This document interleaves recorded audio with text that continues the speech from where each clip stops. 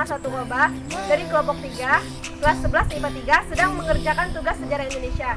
Saya sendiri Elsa Madina. Saya Dimas Sukarti. Saya Febria. Mohon bantuan dan like sebanyak-banyaknya teman-teman. Proklamasi.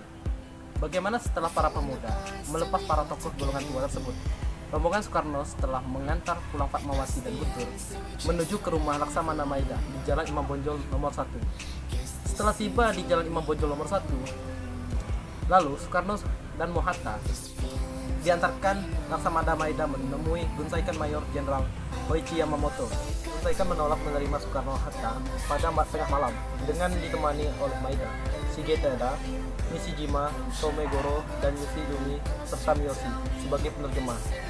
Mereka pun menemui Somobucho, Mayor Jenderal Otoshi Nishimura, Departemen Umum Pemerintahan Militer Jepang, dengan maksud untuk menjajaki sikapnya terhadap pelaksanaan proklamasi kemerdekaan Indonesia. Pada pertemuan antara Soekarno-Hatta dengan Nishimura tidak dapat mencapai kata sepakat. Di satu pihak lain, Soekarno-Hatta bertekad untuk melangsungkan rapat PKI yang pada tanggal 16 Agustus 1945. Itu tidak jadi diadakan karena mereka dibawa ke Rengas Dengklok. Mereka menekankan kepada Nishimura bahwa Jenderal Besar Terauchi telah menyerahkan pelaksanaan kemerdekaan Indonesia kepada PPKI. Di lain pihak, Nishimura pun menegaskan garis besar kebijakan Panglima Tentara Jepang ke-15 di Jawa, bahwa berdasarkan garis kebijakan tersebut, Nishimura melarang Soekarno-Hatta untuk mengadakan rapat PPKI dalam rangka pelaksanaan proklamasi, gunanya untuk membicarakan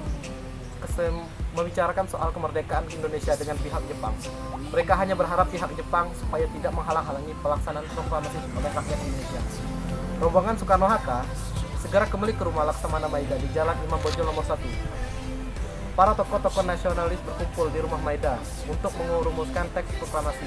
Di rumah Maida hadir para anggota PPKI, para pemimpin pemuda, para pemimpin pergerakan, dan beberapa anggota Chow Sing In yang ada di Jakarta. Mereka berjumlah 40-50 orang. Rumah Laksana Maida dianggap aman dari gangguan Rikugun yang hendak menggagalkan usaha para pemimpin bangsa Indonesia untuk memproklamasikan kemerdekaan Indonesia. Oleh karena itu, rumah Laksana Maida merupakan ketua pemimpin Kaigun, maka rumahnya merupakan ekstra-teritorial yang harus dihormati oleh Rikugun. Laksamana Maida juga memiliki hubungan khusus kepada para pemimpin bangsa Indonesia.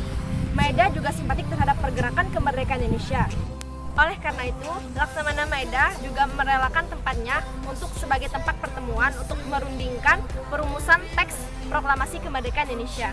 Setelah dirasa cukup berbicara kepada Nishimura, Soekarno dan Muhammad Hatta kembali ke rumah Maida.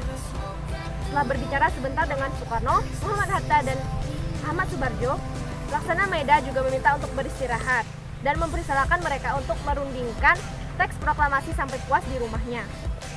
Di ruang makan rumah Maida, terjadilah perumusan teks proklamasi tersebut, dan yang hadir pada saat itu adalah Miyoshi sebagai orang kepercayaan Nishimura bersama Soekarno, Sudiro, BM Dia menyaksikan Insinyur Soekarno, Muhammad Hatta, dan Ahmad Subarjo merumuskan teks proklamasi kemerdekaan Indonesia.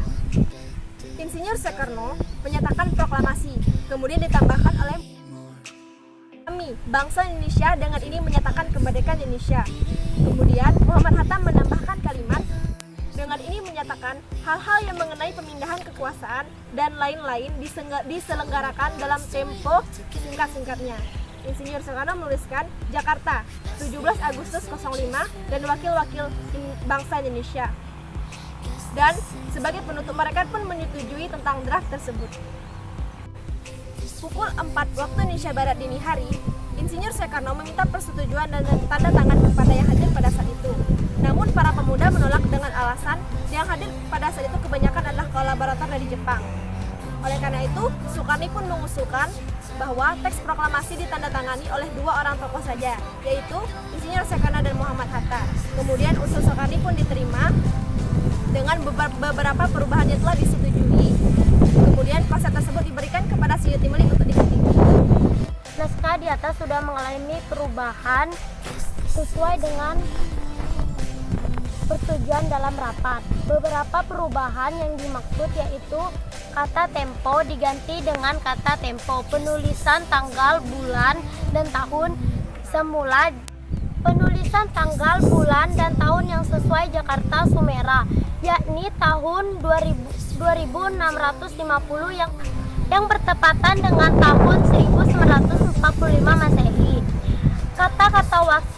Kata-kata wakil-wakil bangsa Indonesia, teks proklamasi diketik kemudian ditandatangani oleh Soekarno dan Muhammad Hatta. Naskah inilah yang kemudian diketik Sayuti Malik.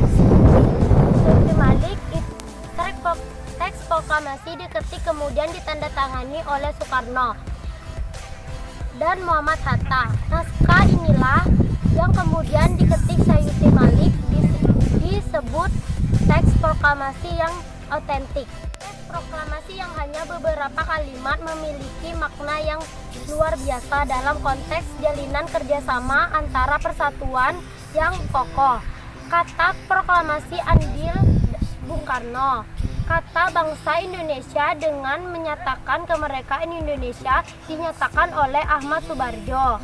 Kalimat hal-hal yang mengenai pemindahan kekuasaan dan lain-lain diselenggarakan dengan cara seksama dan dalam tempo yang sesingkat-singkatnya. Andil Bung Hatta. Kalimat atas nama bangsa Indonesia, Soekarno-Hatta, usulan dari Soekarni. Demikian pertemuan dini hari itu menghasilkan naskah proklamasi agar seluruh rakyat Indonesia mengetahuinya. Naskah itu harus disebarluaskan. Bertimbulnya persoalan tentang bagaimana cara naskah tersebut disebarluaskan ke seluruh Indonesia. Soekarni mengusulkan agar naskah tersebut dibacakan di lapangan Ikada yang telah dipersiapkan bagi berkumpulnya masyarakat di Jakarta untuk mendengar pembacaan naskah proklamasi. Tapi Soekarno tidak setuju karena tempat itu adalah tempat umum yang dapat memancing bentrok antara rakyat dengan militer Jepang. Beliau sendiri mengusulkan agar proklamasi dilakukan di rumahnya di Jalan Pengasan Timur nomor 56. Usulan tersebut disetujui dan naskah proklamasi kemerdekaan Indonesia akan dibacakannya bersama Hatta di tempat itu pada hari Jumat tanggal 17 Agustus 1945 pukul 10 WIB di tengah-tengah bulan Ramadan atau bulan puasa.